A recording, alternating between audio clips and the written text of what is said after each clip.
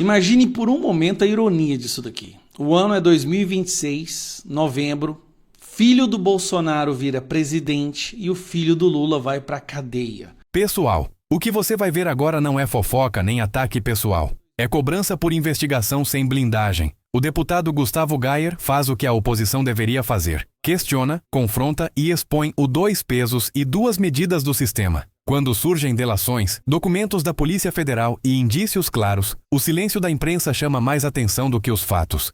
Estamos falando de um escândalo que atinge aposentados, gente humilde roubada, enquanto alguns são protegidos. Você pode até discordar do tom, mas não pode fingir que as perguntas não existem. Assista agora ao que o Gustavo Gayer revela. Imagine por um momento a ironia disso daqui. O ano é 2026, novembro, filho do Bolsonaro vira presidente e o filho do Lula vai pra cadeia. E se eu te contar que isso não está muito distante, nem muito improvável de acontecer. No início do escândalo do roubo dos velhinhos do INSS, nós achávamos que seria o irmão do Lula, né, o Frei Chico, que seria o responsável pela derrubada do governo. Inclusive, o governo fez de tudo para blindar esse cidadão. Fizeram de tudo para impedir que ele fosse na CPMI e até a Polícia Federal fez de tudo para impedir que ele fosse investigado. Só que aí a bomba muito maior acaba de cair. O filho do Lula. Sim, e para piorar, o nome do cidadão é Lulinha. O Lulinha está enrolado até o pescoço no escândalo do INSS. Vamos lembrar rapidamente. O cara que foi preso, que está delatando todos os crimes, que está mostrando, que está provando tudo que aconteceu, que inclusive é o responsável pela prisão do careca do INSS. O careca do INSS, ele é o pivô, ele é o centro de tudo. Ele é o grande articulador de todo o roubo que aconteceu dos velhinhos do INSS, tá? Pois é, o careca do INSS, como que ele teve acesso a instituições do governo, ao ministério? O que fez o careca ter tanto acesso assim para poder roubar tanta gente? Bom, é aí que entra o Lulinha, o filho do Lula. O delator disse que o Lulinha recebia R$300 mil por mês, esse cidadão que está aqui do meu lado, do careca do INSS, além de ter recebido uma bolada de 25 milhões no início. Tudo isso através de uma empresa que o careca do INSS formou lá em Portugal, que é uma empresa de vender o cigarrinho do capeta. Bom, a imprensa começou a dizer que isso era mentira, obviamente, vão defender o filho do Lula. Só que aí surge uma nova prova, uma nova evidência que mostra que a delação é tudo verdade. Lulinha foi com o careca do INSS para Portugal na primeira classe, mostram documentos da Polícia Federal. Careca do INSS estava no assento 3A e Lulinha na poltrona 6J, do voo Latam JJ 8148, ambas na primeira classe. Então, eles estavam indo para Portugal, justamente onde fica a empresa do careca do INSS, no qual ele paga o Lulinha, que agora mora na Espanha. O Lulinha não é bobo. Ele viu que o negócio ia feder para ele e foi morar na Espanha, fugiu lá para a Espanha. A Polícia Federal tem em mãos a documentação que comprova uma das viagens de Antônio Carlos Camilo Antunes, o careca do INSS, com o empresário Fábio Luiz da Silva, Lulinha, filho do presidente Lula.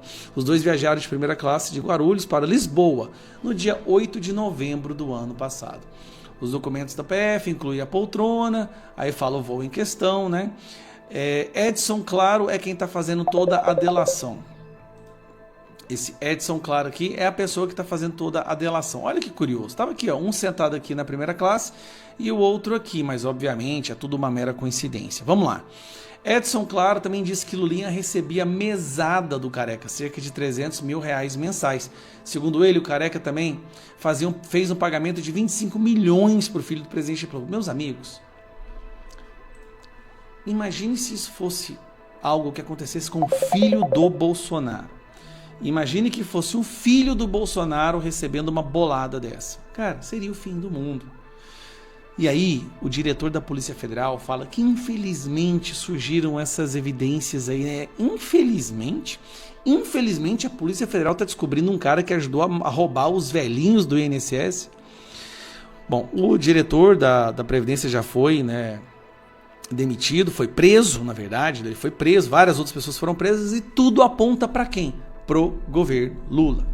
Curioso é o seguinte, o Lulinha envolvido no roubo do INSS, a nora do Lula envolvida no roubo do Ministério da Educação, e a Polícia Federal, quando foi fazer a busca e apreensão, quem abre é o filho do Lula, aí tem o irmão do Lula também envolvido. Cara, parece que não sobra ninguém dessa família que não esteja envolvido em alguma espécie de crime onde eles estejam roubando os cofres públicos e o povo brasileiro.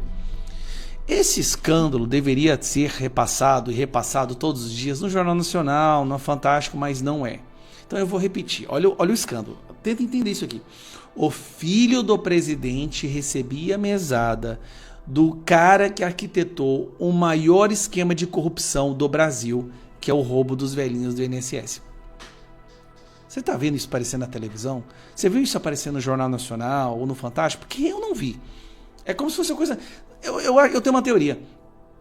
É esperado do Lula e da sua família roubar. Então, quando eles são pegos em algum esquema de corrupção, não causa aquela revolta, porque é como se fosse algo natural.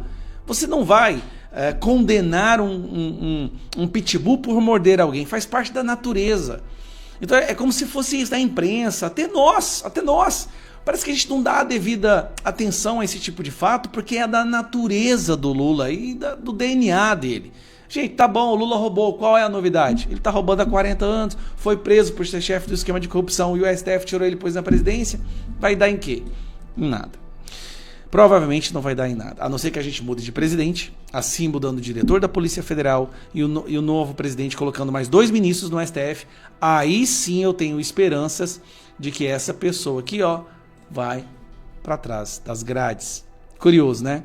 Enquanto o filho do Bolsonaro está crescendo e pode virar o nosso presidente da República, o filho do Lula está se mostrando cada vez mais podre e pode acabar indo para um presídio. Um presidente, o outro para um presídio.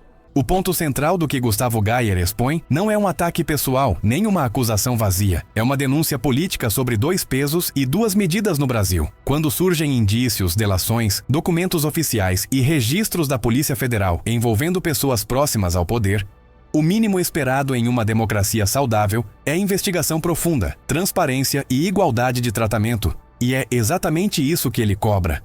Gayer acerta ao mostrar que o debate não é quem é culpado, mas quem está sendo protegido. Porque se esses mesmos elementos, delação, viagens, registros financeiros, empresas no exterior, envolvessem alguém ligado à direita, especialmente a família Bolsonaro, a reação seria imediata, diária e massiva. Não haveria cautela, não haveria silêncio, haveria manchete, editorial e julgamento antecipado.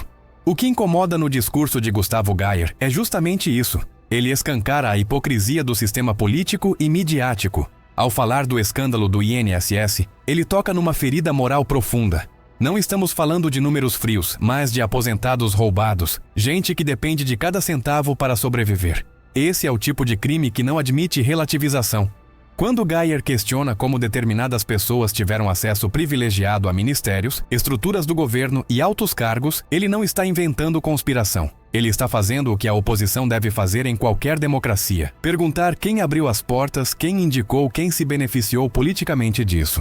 Outro ponto importante é a crítica à imprensa tradicional. Não se trata de dizer que jornalistas devem condenar alguém, mas de apontar a ausência de proporcionalidade. Se um escândalo dessa magnitude não ocupa espaço central no noticiário, a pergunta é inevitável: por quê?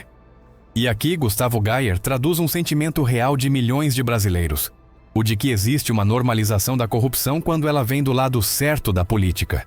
Quando ele fala em descrença no sistema, no STF e nas instituições, isso não é discurso de ódio. É reflexo de uma sociedade que viu condenações serem anuladas, processos prescreverem e personagens centrais voltarem ao poder sem que todas as respostas fossem dadas. A fala pode ser dura, pode ser incômoda, mas ela representa algo que a direita nunca abandonou: a defesa da responsabilidade, da transparência e da igualdade perante a lei. No fundo, Gustavo Gayer não pede privilégio para ninguém. Ele pede o contrário: que ninguém tenha privilégio, nem pelo cargo, nem pelo sobrenome, nem pela posição política. Se as denúncias não se confirmarem, que se esclareça. Se forem confirmadas, que se responsabilize. O que não dá mais é para aceitar blindagem, silêncio conveniente e 2 pesos e 2 medidas.